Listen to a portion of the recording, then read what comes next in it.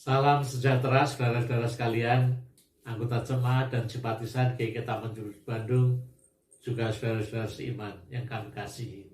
Bagaimana kabar saudara sekarang? Kami doakan semua dalam perlindungan Tuhan.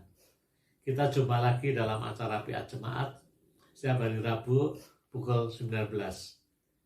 PA hari Rabu ini, tanggal 11 Agustus 2021, temanya adalah ketakutan merampas keyakinan. Baiklah, kita mulai PA ini dengan menyanyi dari Kidung Jemaat 439 bait 1 dan kedua, bila topan keras melanda hidupmu.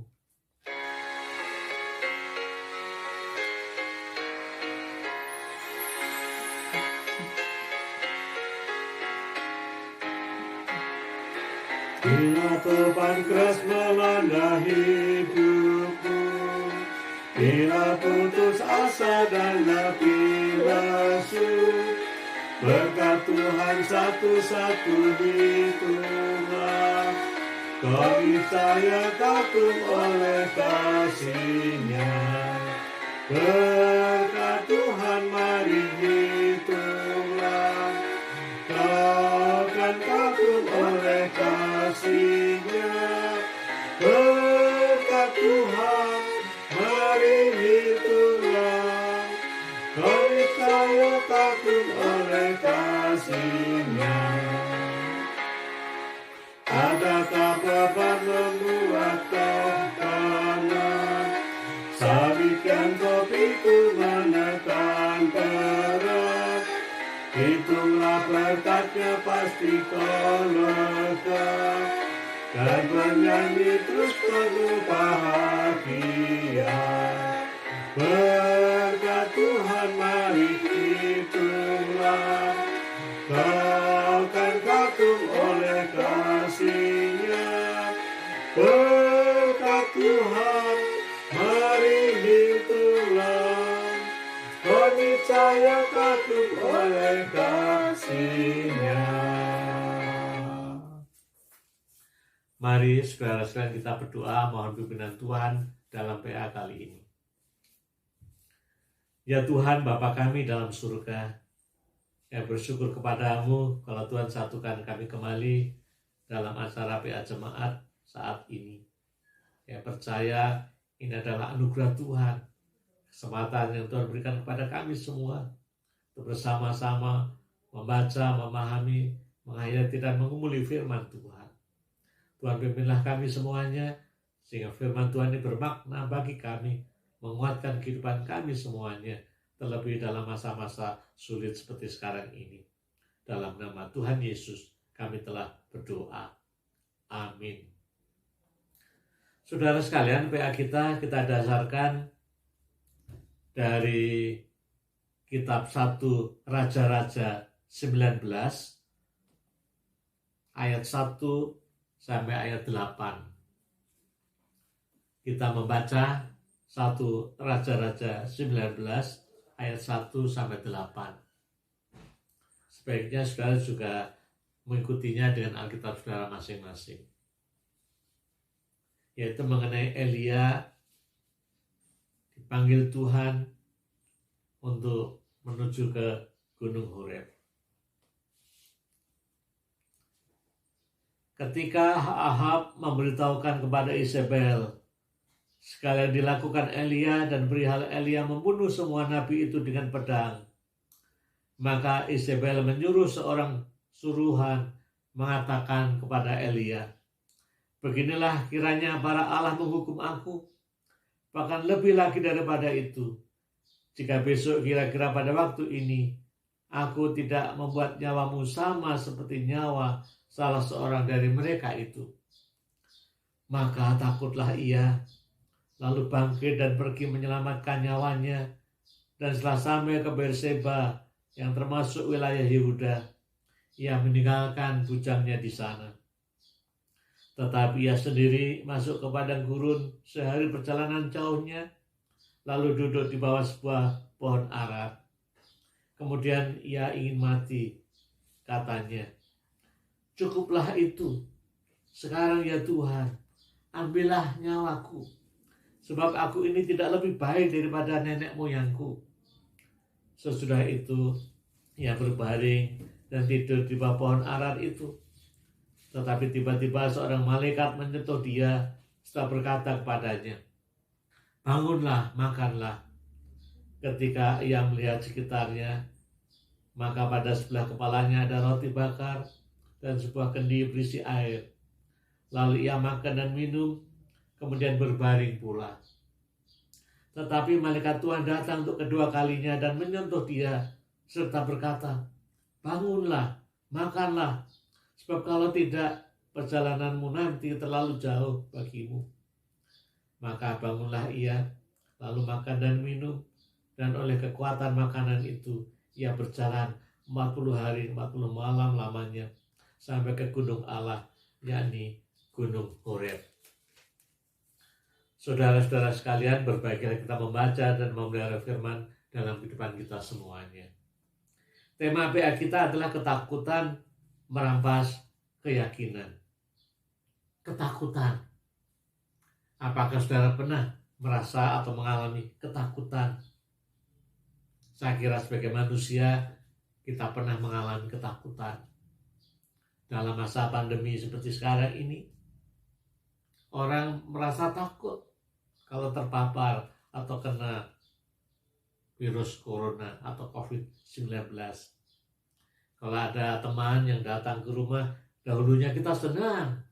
Sekarang kita jadi was-was, khawatir. Jangan-jangan yang datang ke rumah ini membawa virus. Ya, jadi hati nggak damai. Juga kalau kita ke dokter, lalu divonis sakit CA misalnya. Atau dikatakan dokter, oh kamu harus operasi. Itu seringkali membuat kita ketakutan karena sakit penyakit yang kita alami. Ada ketakutan jenis yang lain, itu takut tentang masa depan. Bagaimana nanti dengan masa depanku, masa depan keluargaku, anak-anakku. Karena aku ditinggal oleh orang-orang yang aku kasihi. Takut. Lalu juga ada orang takut mengalami penderitaan, kesusahan, kepahitan. Takut menghadapi tantangan di depan yang tidak jelas. Terus ada banyak hal yang membuat orang bisa ketakutan. Dan sekali lagi ketakutan adalah hal yang wajar yang kita alami. Tetapi kalau ketakutan itu membuat orang menjadi lemah, menjadi putus asa, menjadi tak berdaya, tidak melakukan apa-apa, ini yang harus kita waspadai. Sebab ketakutan yang terus-menerus akan membuat orang depresi, tertekan, merasa gak nyaman dalam hidup ini. Disinilah perlunya iman atau keyakinan kepada Tuhan. Iman dan keyakinan kepada Tuhan harus lebih kuat dan mengalahkan ketakutan dan kekhawatiran tadi. Saudara sekalian kami kasih dalam Kristus, kita akan melihat pengalaman salah seorang nabi yang terkenal dalam perjanjian lama, yaitu Nabi Elia. Elia adalah nabi Tuhan yang luar biasa. Nabi Elia melalui kehidupannya, ya, Tuhan menyatakan kuasanya. Di dalam 1 Raja-Raja 17 ayat 1 sampai 6, ya, diceritakan bagaimana Elia menubuatkan kekeringan dan Tuhan memelihara Elia melalui burung gagak, ya, yang membawa makanan, roti dan daging setiap hari. Nabi Elia mengalami pemeliharaan Tuhan.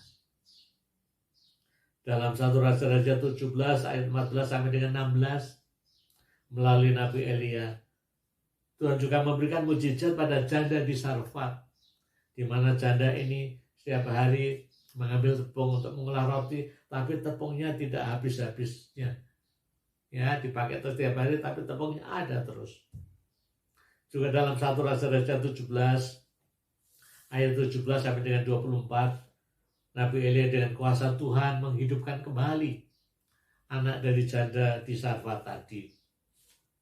Lalu dalam 1 Raja-Raja 18 ayat 20 sampai dengan 46, di Gunung Karmel, Nabi Elia diberi kuasa oleh Tuhan melawan dan mengalahkan nabi-nabi Baal yang ratusan jumlahnya, 450 jumlahnya.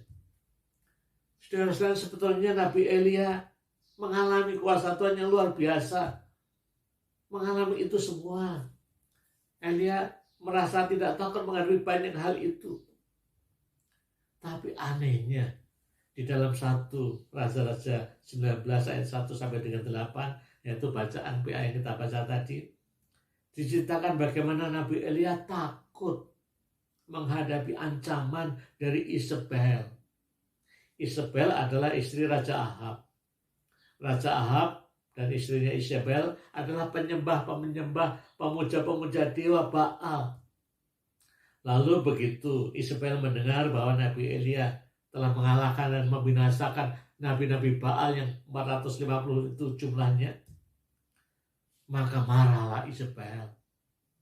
Lalu ia berjanji ingin membunuh Elia. Itu dikatakan pada 1 Raja-Raja 19 ayat 1 dan 2. Saya akan baca lagi. Ketika Ahab memberitahukan kepada Isabel segala yang dilakukan Elia dan perihal Elia membunuh semua nabi itu dengan pedang, maka Isabel menyuruh seorang suruhan mengatakan kepada Elia, beginilah kiranya para Allah menghukum aku, bahkan lebih lagi daripada itu, jika besok kira-kira pada waktu ini aku tidak membuat nyawamu sama seperti nyawa salah seorang dari mereka itu. Itulah ancaman dari Isabel yang hendak membunuh Nabi Elia. Mendengar ancaman itu, saudara sekalian, ternyata Elia takut.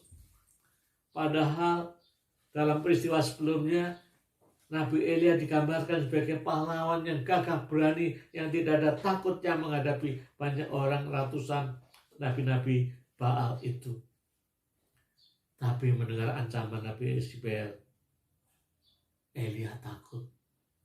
Itu ditulis pada ayat berikutnya, ayat yang ketiga.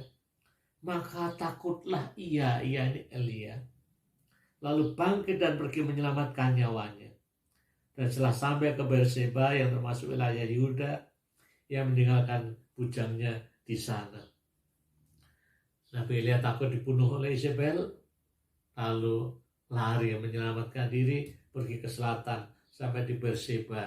Itu wilayah Israel Selatan, ya, Yehuda itu Israel Selatan. Padahal dia tadi dari Israel Utara. Saudara-saudara, hal pertama yang perlu kita renungkan dari cerita ini adalah bahwa iman seseorang ternyata bisa naik turun. Nabi Elia yang kuat imannya, daripada suatu waktu juga bisa lemah imannya. Lalu melalui peristiwa pengalaman Nabi Elia ini, kita juga perlu menarik pelajaran. Hati-hatilah dan waspadalah. Kalau suatu saat kita merasa kuat iman saya tidak takut menghadapi apapun juga. Pada saat kita merasa kuat iman kita tidak takut menghadapi siapapun juga atau apapun juga. Jangan-jangan saat itulah kita sebenarnya lemah. Karena kita mengandalkan diri kita sendiri. Dan akhirnya kita bisa jatuh. Saudara-saudara, dalam hidup ini kita harus selalu ingat dan menjalin relasi dengan Tuhan setiap saat. Kita harus selalu menyadari siapa kita semua, yaitu manusia yang lemah dan terbatas. Kalau kita selalu menyadari saya lemah dan terbatas, maka kita akan selalu berharap dan bersandar kepada Tuhan.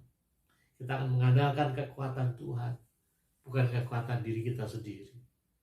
Di sana kita akan mendapatkan kekuatan dari Tuhan untuk melanjutkan perjalanan hidup ini. Saudara-saudara, marilah kita kembali lagi ke kisah Nabi Elia yang ingin menyelamatkan dirinya dengan melarikan diri ke selatan ke Berseba tadi. Ayat 4 dan ayat 5a saya bacakan demikian.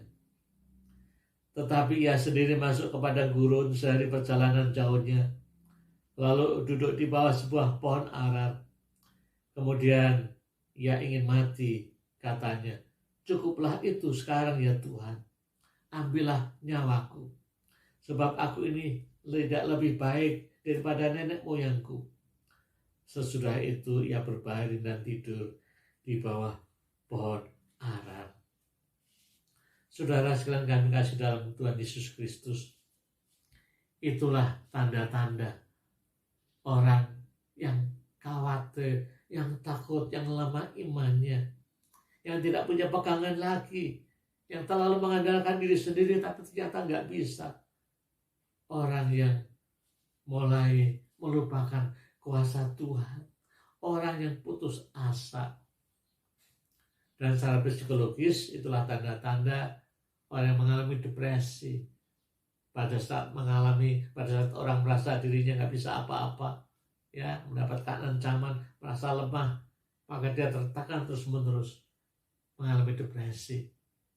Terus sekalian menarik kalau kita perhatikan melalui kisah Elia ini, bagaimana yang dialami Elia pada saat dia mengalami keterpurukan iman, bahkan secara psikologis mengalami depresi, kesedihan yang berlarut dan merasa tertekan. Apa yang Nabi Elia lakukan? Ya, itulah ciri-ciri orang yang mengalami keterpurukan iman. Yang pertama, Nabi Elia ingin mati, ingin menyudahi tekanan, masalah, ancaman yang datang yang dihadapinya. Elia mengatakan, cukuplah itu.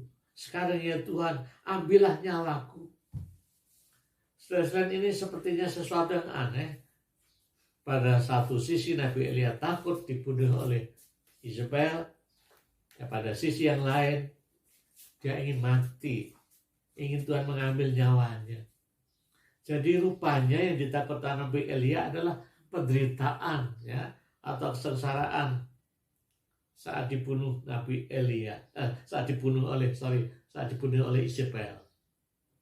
Tapi kalau Tuhan yang mengambil nyawa, maka Elia merasa nggak menyakitkan. Jadi dia ingin, ya sudahlah, Tuhan ambil nyawa saya saja. Ini adalah orang yang mau melarikan diri dari kenyataan, mau menghindari masalah. Ya, itulah gambaran orang yang mengalami keterpurukan iman, yang putus asa. Yang kedua, orang yang mengalami keterpurukan iman atau depresi tadi adalah merasa tidak berguna, merasa dirinya nggak berharga, merasa tidak bernilai lagi hidupnya. Elia mengatakan, sebab aku ini tidak lebih baik daripada nenek moyangku. Orang mengalami depresi, merasa hidupnya tidak lagi berguna, tidak berharga, tidak berarti, sia-sia. Kalau hidupku tidak berarti lagi, lalu apa gunanya aku hidup? Ya, itulah gambaran orang yang imannya jatuh dan mengalami depresi. Lalu yang ketiga itu putus asa. Nabi Elia tidak melakukan usaha apa-apa karena merasa tidak ada pengharapan lagi di depan. Sepertinya tidak ada lagi di depan yang harus dilakukan. Sepertinya semuanya sia-sia.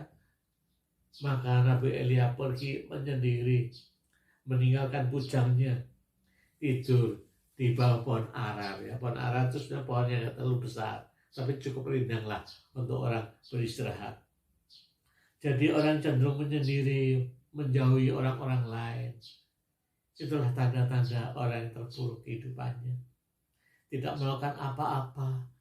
Kadang-kadang juga nggak mau makan, nggak mau minum. Ingat tiduran saja, berbaring saja, berdiam diri. Itulah tanda-tanda orang mengalami depresi.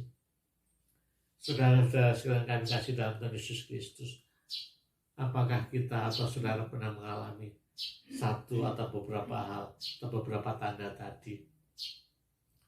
Ingin menyudahi hidup, merasa hidup tidak berguna, putus asa, ingin menyendiri, malas, tidak melakukan apa-apa, berdiam-diam saja.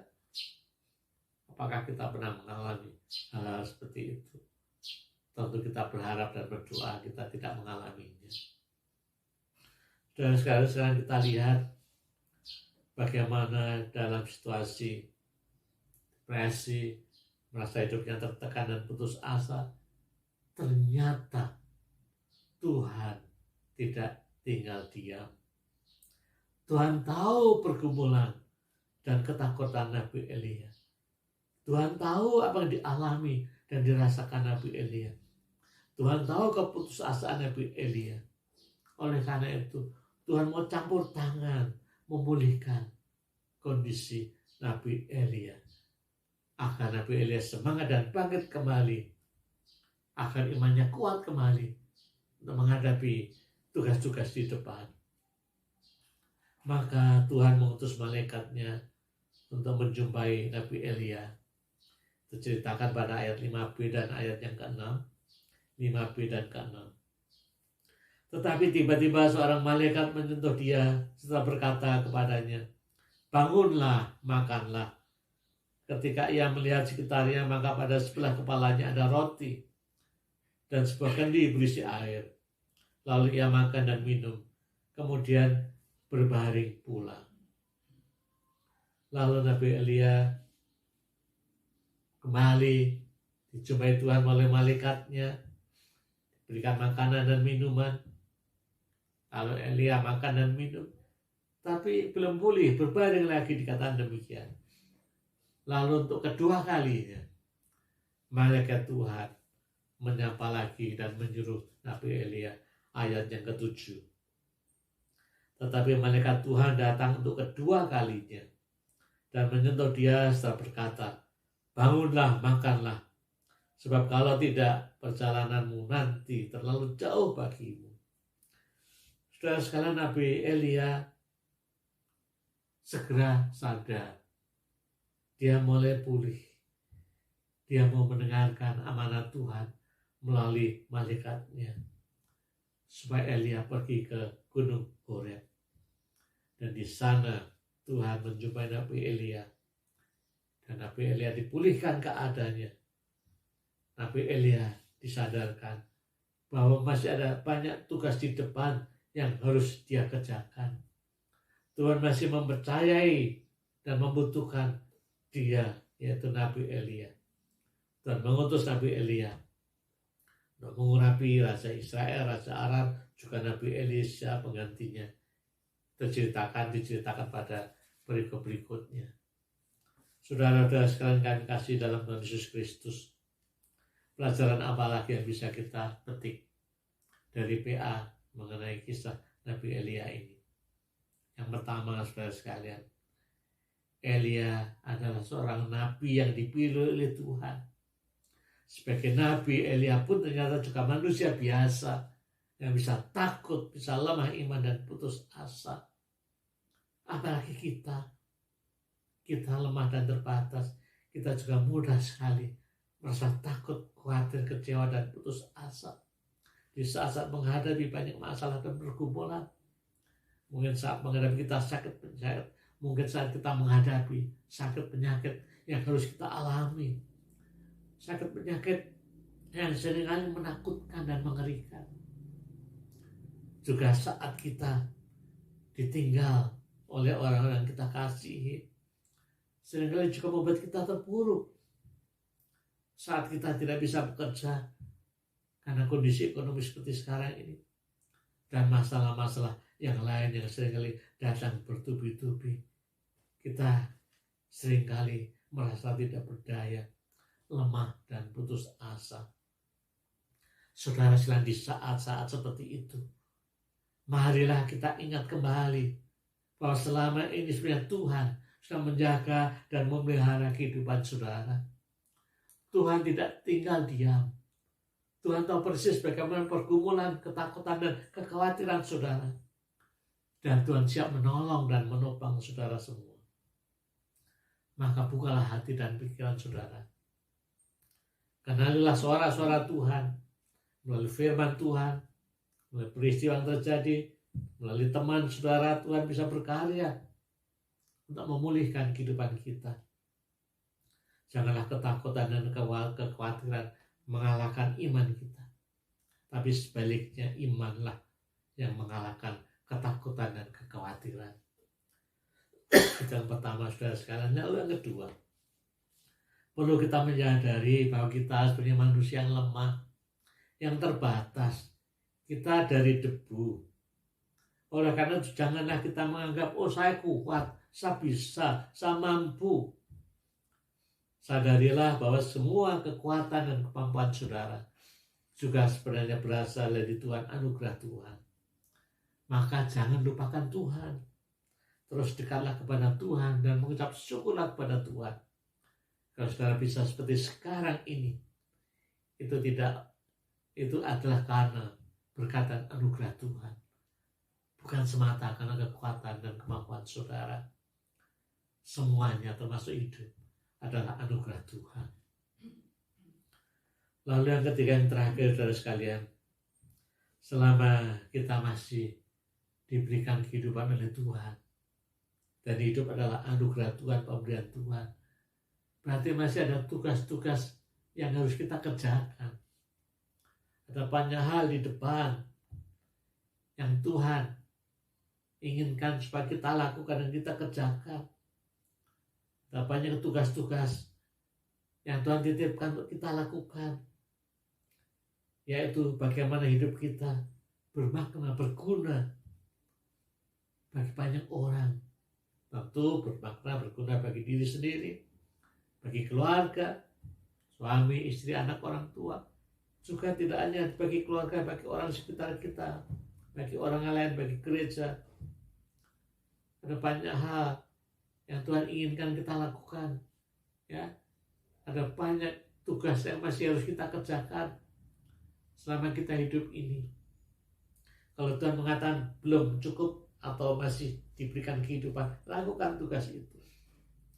Nanti ada saat yang Tuhan mengatakan cukuplah segala jerih payahmu, selesai. Tapi selama Tuhan belum mengatakan cukuplah, selama Tuhan masih memberikan kehidupan, kerjakan tugas-tugas dalam hidupmu dengan baik. Kerjakanlah tugas-tugas semuanya itu, ya, dengan penuh tanggung jawab. Karena tugas-tugasmu belum selesai, ya. Saudara-saudara sekalian kami kasih dalam Tuhan Yesus Kristus, kita menyadari hidup adalah anugerah dan pemberian Tuhan. Artinya kalau Tuhan memberikan anugerah, artinya ada tugas tertentu. Carilah tugas itu, dapatkanlah tugas itu, dan kerjakanlah tugas itu. Karena kehidupan adalah milik Tuhan. Dan selama kita hidup, Tuhan punya rencana atas kita semua. Lakukan rencana Tuhan yang baik itu. Saudara-saudara sekalian, selamat menjalani hidup sebagai anugerah Tuhan dan mengerjakan tugas-tugas yang Tuhan berikan kepada kita semua.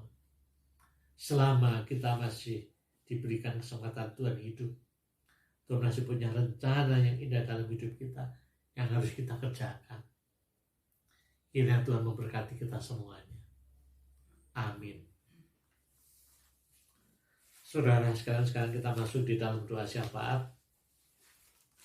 Marilah kita berdoa, saudara sekalian. Ya Tuhan, Bapa kami dalam surga, kami bersyukur kepadamu. Kalau Engkau Tuhan yang Maha Kasih dan Maha Kuasa, Engkau tidak membiarkan anak-anak-Mu menjalani hidup dengan pergumulannya sendiri. Di tengah-tengah keterpurukan hidup, kekhawatiran, ketakutan, dan keputusasaan, Tuhan tahu dan Tuhan siap menolong. Namun seringkali manusialah yang kurang bisa merasakan bahwa tangan Tuhan cukup panjang untuk menolong kami semuanya. Kami bersyukur melalui kisah Nabi Elia, memantapkan iman kami kembali, bahwa ada banyak hal yang menakutkan dalam hidup ini. Ada banyak hal yang membuat kami putus asa dan terpuruk, yang membuat lemah iman kami. Namun di saat terpuruk sekalipun, Tuhan siap menolong. Tuhan di samping kami semuanya. Tolonglah Tuhan agar kami membuka hati dan pikiran kami, agar kami peka merasakan bimbingan Tuhan dan pertolongan Tuhan. Sehingga saat kami terpuruk, kami tidak jatuh, tapi kami terus bangkit, karena Tuhanlah yang membangkitkan kami semuanya. Ya, berdoa untuk kami semua, anggota jemaat Sanke Taman Jemput Bandung, juga semua saudara seiman yang mengikuti PA ini, dan berkatilah kehidupan mereka semuanya.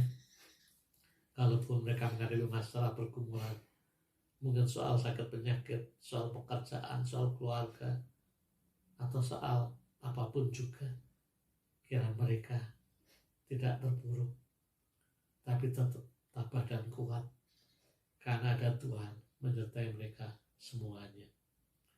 Di tengah situasi pandemi virus corona yang belum mereda ini, di mana dampaknya adalah dirasakan oleh semua masyarakat, semua dampak boleh dialami, dampak-dampak yang negatif, yang tidak enak, di mana kami dibatasi di dalam kegiatan kami, perekonomian juga dibatasi, bahkan sebagian juga bahkan mati, pekerjaan tidak ada, juga ancaman kesehatan, kesakitan dan kematian, dan banyak hal lagi. Tuhan tolonglah di tengah-tengah situasi yang sering mengkhawatirkan ini, kami tetap melihat Engkau yang menopang dan siap menolong kami semuanya, sehingga kami tidak putus asa. Kami berdoa untuk pemerintah, tentu harus didukung oleh semua masyarakat dalam usaha mengatasi pandemi virus corona ini. Tuhan berkati, sehingga semuanya boleh bersatu padu melaksanakan protokol kesehatan, imunisasi, hidup dengan lebih baik dan lebih sehat lagi. Kiranya melalui pandemi ini, Tuhan memurnikan hidup kami semakin baik, semakin sehat, semakin berguna. Ya Tuhan Bapa kami dalam surga, kami juga bersyukur boleh memasuki bulan Agustus ini, di mana bulan Agustus kami selalu diingatkan anugerah Tuhan yang besar untuk bangsa kami, yaitu kemerdekaan negara Indonesia. Yang bersyukur bangsa Indonesia yang plural ini, Tuhan satukan kami dengan Pancasila sebagai dasarnya menjadi negara kesatuan Republik Indonesia. Kiranya kami boleh menghayati ini sebagai anugerah Tuhan, dan kami boleh hidup sehari-hari bersama dengan siapapun juga dalam semangat toleransi, walaupun beda budaya, suku, agama, dan apapun juga, tapi kami satu sebagai bangsa. Bahkan lebih luas lagi, kami satu sebagai bangsa manusia. Kiranya kami boleh merawat kebersamaan kami, kesatuan kami dengan baik. Ya Tuhan, kami juga bersyukur sebagai gereja Tuhan, Engkau juga memakai kami untuk menjadi berkat. Kiranya Engkau memakai kami semua sebagai anggota gereja Tuhan, dimanapun Tuhan tempatkan kami, supaya kami boleh menjadi garam dan terang dunia, membawa hal yang baik, perdamaian, kedamaian, dan cinta kasih dimanapun kami berada. Terima kasih ya Tuhan. Inilah doa kami semuanya. Kami panjatkan dalam nama Tuhan kami, Yesus Kristus. Amin. Saudara sekalian, kita akan akhiri PA kali ini dengan menyanyikan kembali Kidung Jemaat 439, bait yang keempat. Kidung Jemaat 439, bait yang keempat. Bila topan keras melanda hidupmu.